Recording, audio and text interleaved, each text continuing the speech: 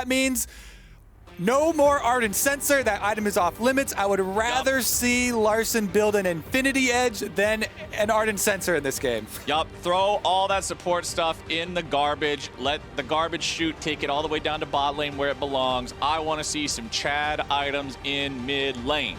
Now let's look at what these bans are shaking out as so far, because so far, both teams do not like the top lane, man. Ornn and Renekton banned out by Damwon, as Rogue are paying respect to Nagari and his reputation on that Camille. That one's banned away, and Pantheon is taken out of the mix. Yeah, no more Nagari Ornn. He did his time, okay? You know what? Yeah. Damwon, they have all these different looks. Yeah, they can win the game in so many ways, but you gotta keep him happy, you know? Give him something exciting. A little spice in there. As I said previously, his Camille is banned out. I think that is a must ban versus Damwon.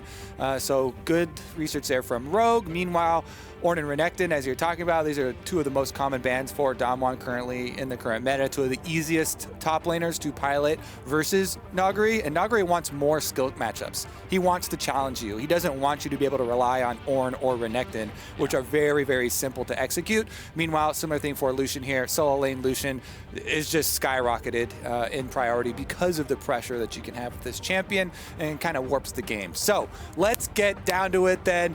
Bind pick, first pick here for Damwon. Graves again here for Canyon.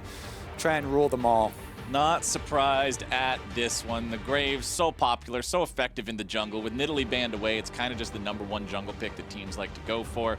So that one's first pick for the side of Damwon. Rogue, what's it going to be? We need to see some spice here. Go out in style. And instead of spice, we're going to put it on ice. And they picked the Ashe first and Lilia second. Okay, Lilia early pick. That does already start your brain thinking about possible level 1 invades, possible ways to control the jungle versus the Graves. I think you also have to look at the next consecutive picks to try and set something up here. Bottom lane power should be very important. So they do grab the Senna here for Ghost. Well, if we learned anything from Bambi, the natural counter to a deer is a shotgun, so a little bit of a draft edge there for Damwon Gaming.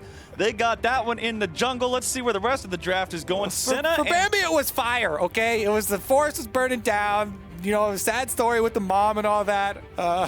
Oh, I haven't seen that movie in like 25 years. I thought it was a shock. Okay, well, you know what? Well, I just gave them an idea for the reboot of Bambi. It's a little bit edgier, and it might be played out in front of us right now. Anyway, we got Senna and Twisted Fate locked in for Damwon Gaming, and over on the other side, it's a Rise. All right, the other counter here is long-range crowd control. It's very difficult to play Lilia versus TF. Showmaker has literally only lost, I believe, 1 game in his career on TF.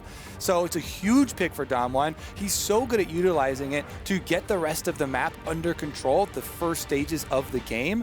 For them, I mean, him having the mobility with this champion becomes a really big problem for opponents. So we'll see how they can answer here. You know, with the Rise, yes, you can scale Rise up into split pushing for side lanes. It's been a long time since we, you know, have seen the solo Rise really prevalent in professional play. But here at Worlds, CE makes a return. Anything can happen, man. Anything can happen. But if we're talking about mobility and getting around the map, Bard is one of the supports that does it best. And Rogue is recognizing the threat of having that paired up with a Twisted Fate. They banned that one away. Alistar also taken out of the picture here, as Gangplank is the ban for Damwon. Let's see what else they want to ban away here with this last one of the draft. What are we going to target? Is it more top laners? We're going to switch things up a little bit here. What's the story?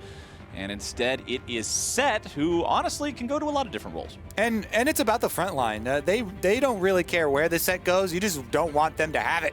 Yep. You don't want them to have a front line to play behind, because that's where Ashe and Lilia excel so much. Both of these champions, that the theme of the kits relies on move speed.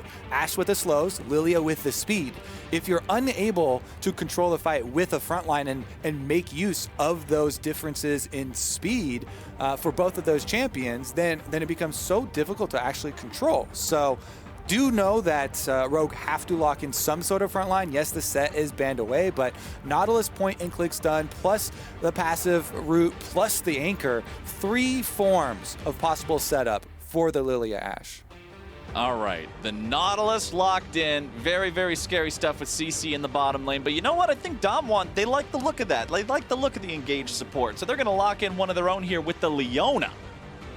And Beryl Leona does like to create plays roaming with Canyon. These two link up quite a lot. When you have Leona Graves, it is a match made in heaven. Honestly, the jungler feels like, you know what? Ghost, you're going to have to play under a tower or something here. You know, you're Senna. It'll be fine. Honestly, I need to take control of the support because Graves plus Leona is a kill waiting to happen when you have those roaming around together. The burst damage is insane with the Sunlight passive, with the lockdown from Leona from super long range. So this should be a very high support jungle proximity game for Canyon and Beryl to be able to link up, and they just get the Kennen once again for Nuguri into another tank for Finn top side, as Sion's goal is to stack up your infinite scaling health and soak up there. All right, what do you think the odds are on us not getting that, but instead getting the classic Chow Dog lethality Sion that runs at turret? Oh, hell yeah. The boss in the top here. Let's see if we can get some tower destruction, some damage here, some big ults. I would love to see that. I don't think it's going to happen, but it would just make my day to see lethality Sion in the top lane. This is the last game for Damwon before they have that showdown with JDG at the end of the day. Let's see if Rogue can stand up to him or if they will crumble yet again. Damwon has just been unstoppable so far in groups. All right, let's get into it here. Rogue fighting for honor, fighting for even possible spoiler that they can play to Damwon. Help out JDG a little bit, try and deliver them a loss early on. The level 1 comes out, but already we had the retreat here early on from Naguri. And as we're seeing the teams as we're seeing Damwon invade the enemy jungle here, you know what I realized, Kobe? I was thinking of the movie Tarzan, because the villain in Tarzan, he has a shotgun. I got Tarzan and Bambi mixed up. I'm glad we are straightening out your childhood. Yeah, I'm trying to figure it out. The worst part is, he's also the only Disney character who shares my name. So whenever anybody likens me to a Disney character, I'm the bad guy that tries to shoot Tarzan's friends. Feels bad. You know what? I'm getting actually a pretty clear window into your personality right now. This all makes sense to me. Oh no, man. Disney villain. That's terrible. But we've got ourselves a little bit of a surprise up here in the top lane. It seems, my friends, that we've got a lane swap from Rogue. Yeah, and you're not going to catch Naguri off guard here. He smells something cooking. It is going to be exposed early on. Let's go over the reasons why lane swaps are not common right now, because this used to be so prevalent. And some of the steps that the design team took to take this away is they enacted something called fortification. For the first 5 minutes, top and mid take 50% reduced damage. So that should create a discrepancy in turret plates. Now, one of the reasons why you actually see a decent amount of lane swaps still is because Senna doesn't take tower plates very quickly. She has a hard time really punishing that. Yeah. So it might not be as big of a discrepancy. Plus, when you have a champion like Sion well equipped to soak up in the defense under that tower, that's one of the main reasons. So Rogue here with 3 members trying to pull it off. Rogue looking for the dive. Aftershock. Still only a level 1 Kennen, and he is first-blooded. Beryl arrives into the top lane, but it's too damn little, too damn late. TP shows up. Naguri will get himself back up here. So now we've got Kennen and Leona laning together. Beryl's going in. He's got the level 2, but Naguri's still only level 1. Beryl's in some danger now. Might have bit off a little bit more than he can chew as the fire flies, and the flash finds the kill, but now the return kill coming out as Naguri gets Hans Sama. He's going to chase down Vander as well. The shield shows up. Vander with the flash away. We got ourselves a game, my friend. I love to see it from Ansama. Honestly, yeah, he does go down, but he sent a message. He takes down that support, pulls off the kill. Beryl arrived. They were trying to get their defense in place because Kennen's a lot worse at defending these lane swap tower situations than a Sion is, obviously. But Barrow arrives a few seconds too late. He arrives to a graveyard on the top side. And you could see from the timing on the teleport arrival, Hansama was not afraid at all, was not in fear of the counter there. He stayed auto-attacking that turret plate multiple times, knowing that Barrow would try and engage on him. He's got cleanse, he's got flash. He was not scared, knowing that Vander had his back. But then flashing forward to go for the kill, I think that's an extra expenditure of resources that is a little bit greedy. Yes, you do get the kill, but you trade it back and you spend your flash as Ashe. Yeah. Nice ignite from Barrel, interrupting Finn's back. He can't go all the way in, because if he does, he draws too much turret aggro and dies. So he has to use the one ranged ability that's non-committal that he has, which is that ignite. Now a little bit more damage to finish off the Scion underneath the turret. Canyon will not fall to the turret aggro.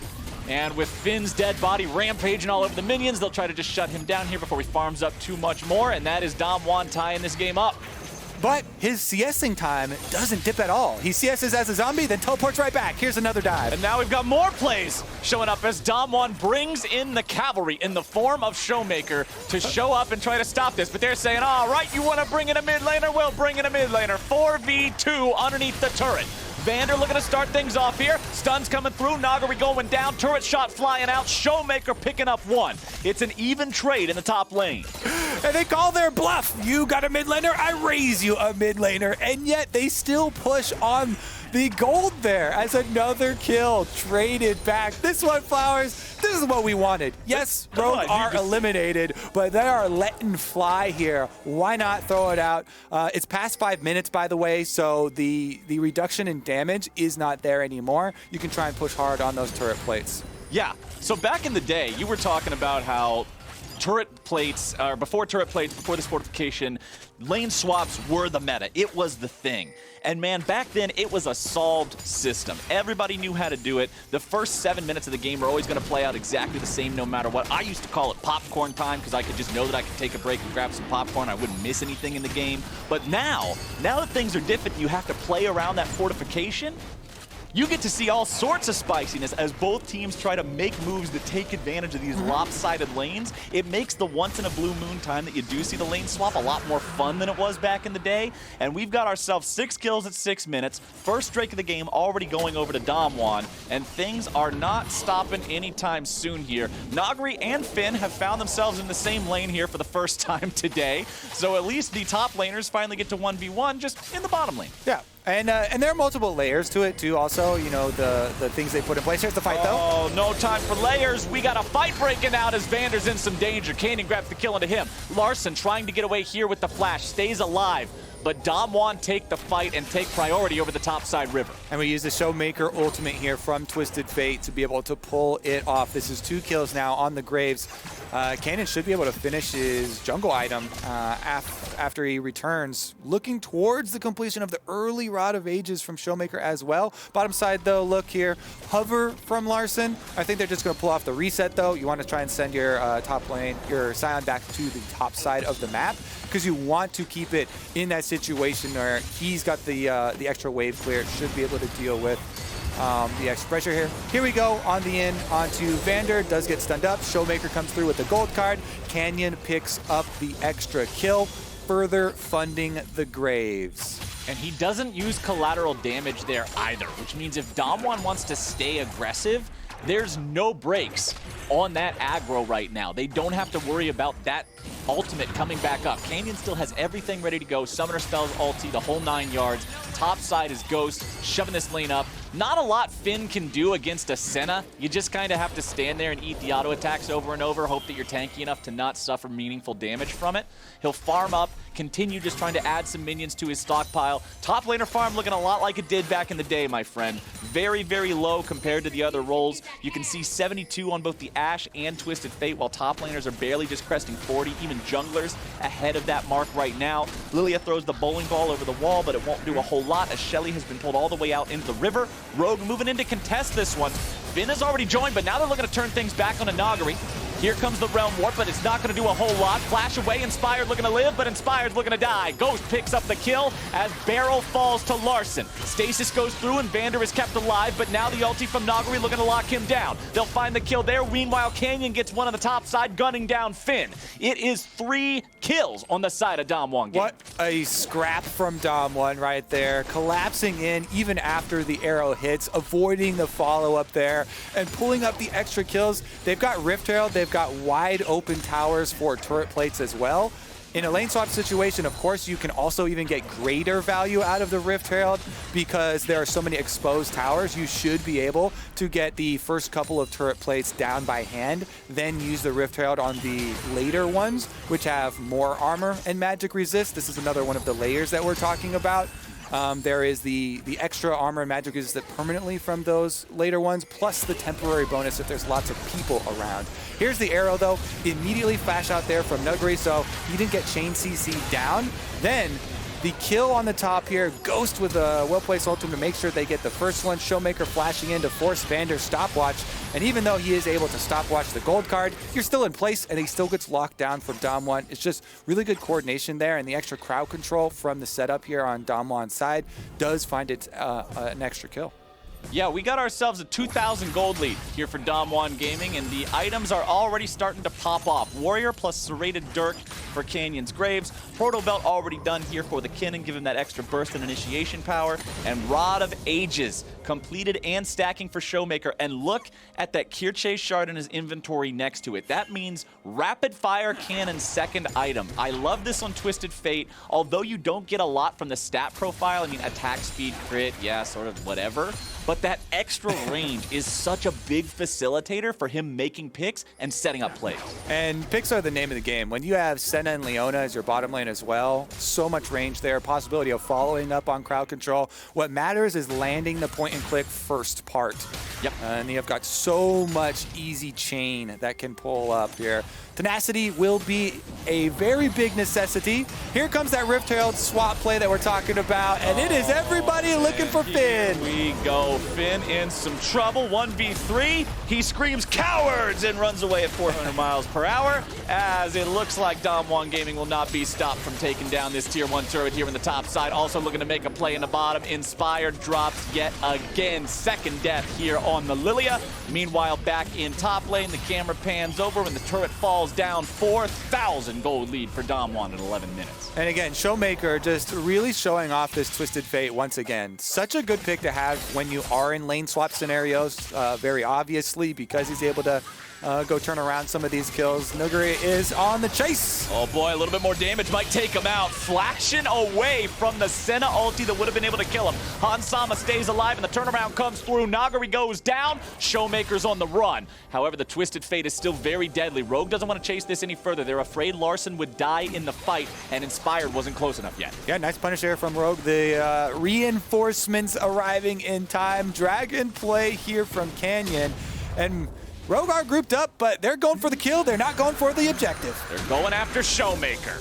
Looking for the Twisted Fate. Vander's here. He's got the Nautilus looking for the CC. Starts it off there with the ulti. Showmaker in some danger. Uses the cleanse. Tries to stay alive. He's going to be put to sleep. Here comes Inspired. There goes Inspired. There goes Showmaker. Trading back and forth all over the place. It's 3 dead on the side of Rogue. A double kill over to Canyon. The price for it is Showmaker, but the price is gladly paid.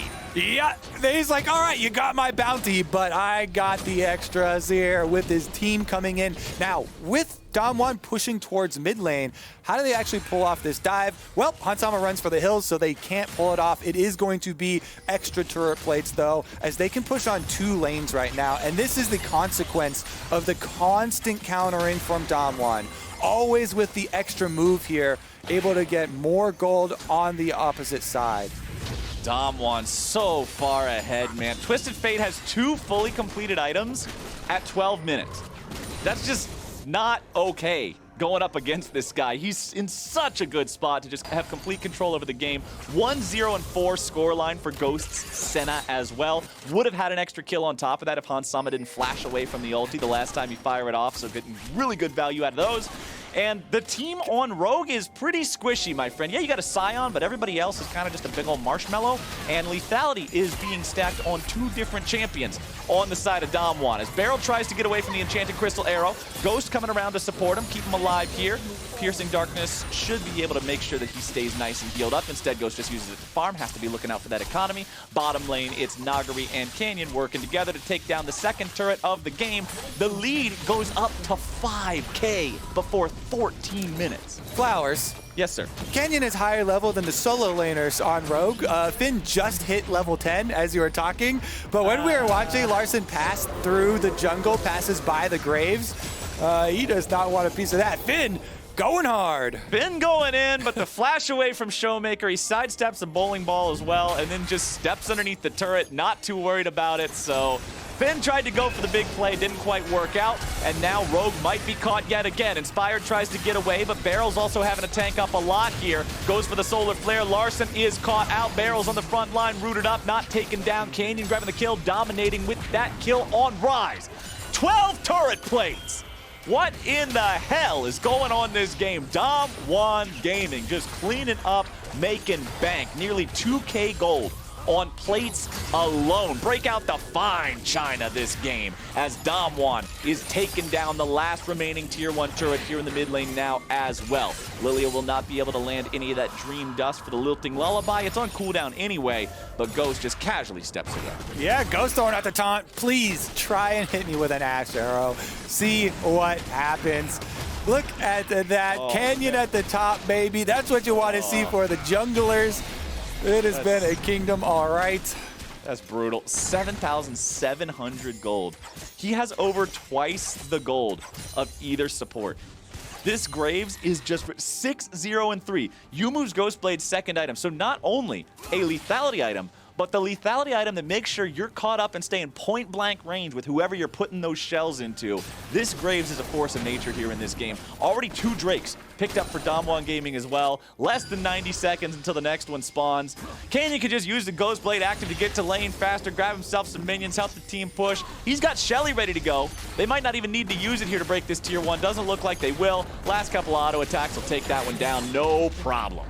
Damwon just have so many tools that set themselves up for these picks in the middle of the game too.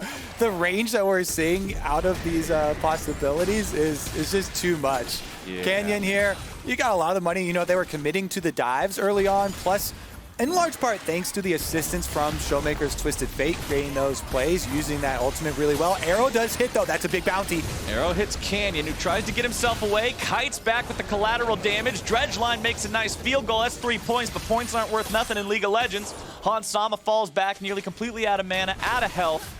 You're talking about all the tools in Damwon's kit, man. They got that whole fancy toolkit that you buy your dad on Christmas, and now Rogue's looking to come in and fight up against him. Inspired is taken down. Canyon goes godlike. Nagari coming in from the side. Piercing Darkness fired off. And look at all that damage. Goodbye, Finn. Goodbye, Rogue. Goodbye, hopes and dreams. Damwon Gaming just absolutely shredding them. Oh my goodness, Rogue just realm warped themselves right into the face of death, right into the lion's den, and Damwon made it quick. Holy moly, that's gonna be soul point for them as well. Honestly, you gotta keep throwing haymakers, I guess, here for Rogue. They're so far behind at this point. We're gonna keep seeing them just throwing all members at a possible pick. At this stage of the game, if you're in here with your friends, Flowers, you know, they're trying to have fun. They already got eliminated from groups. You gotta set yourself a goal of just taking down a single person. You say, yes, Canyon has a bounty. He must die. We're not gonna win this game, but we better throw everything at Canyon. Try and get that gold back. The only problem is, you know, you're versus Damwon here. They got the flank. Nagari comes in. He makes sure nobody's getting out after that as well. And they clean that one up. See, still smiles on their faces. You saw Inspired there a quick second. He's laughing. They know they're just throwing everything to try and grab that bounty, try and take down Canyon. Hey, Finn almost did as much damage as the Leona. He was one off. 401 versus 402. He'll get him next time. It's a little bit of a rough time here for Rogue, but again, they're just trying to make as close of a game out of it as they can. We've all been in a game like this where you try to just pour everything into killing the one guy and he walks away from the team fight. Not only still alive, but 90%, 95% HP. Not quite what the doctor ordered, but they aren't giving up just yet. So story time. All right, what do you got for me? I had a similar situation to this in competitive play. I was on the tennis team in high school, and we were a terrible, terrible tennis team. Okay. So we almost never won any tournaments, but our coach would set bounties on players on the opponent team.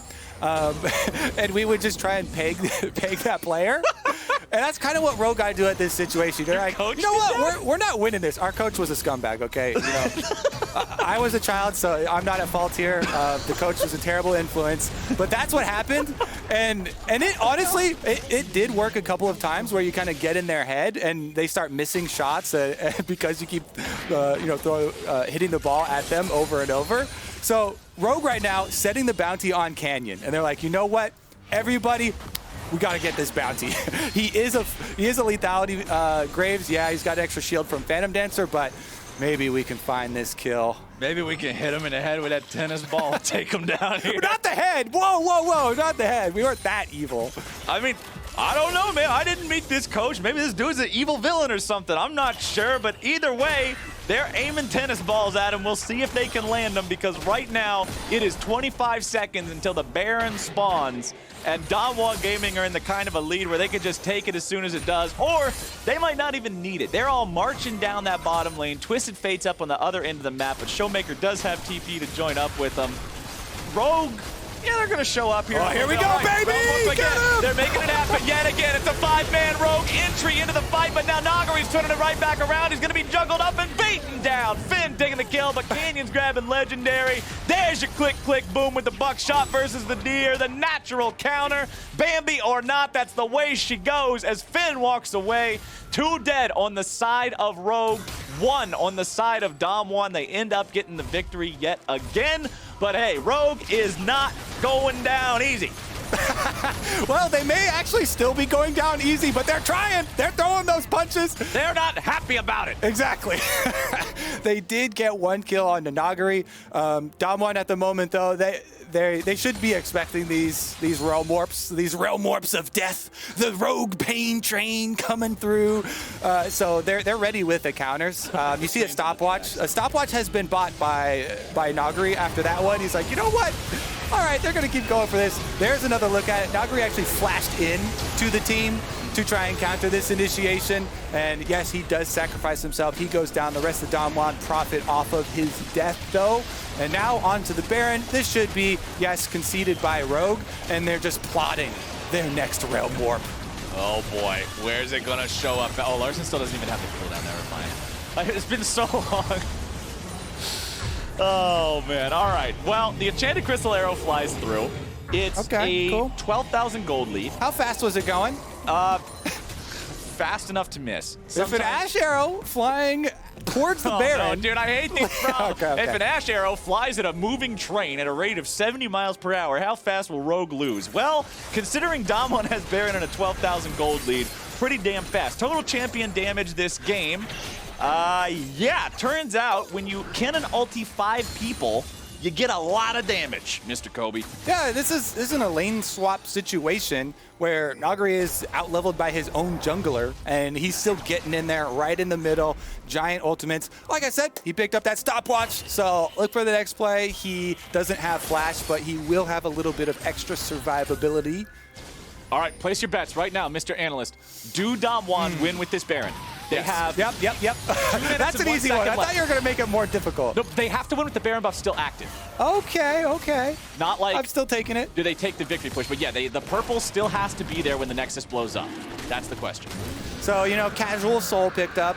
It happens when you have, we'll have that. Over a 12,000 gold lead and a Baron at your hands. It is what it is. What we want to see is the counterplay here. Actually, they've decided to split push there. Larson on the bottom side, he was split pushing towards that tower, goes with the recall. Canyon is not afraid of anything here in the mid lane. Goes after Finn, and Enchanted Crystal Arrow comes through, but it barely misses. The bounty, Canyon's walking away, but the Senna ulti comes through, keeping him alive, getting himself back there.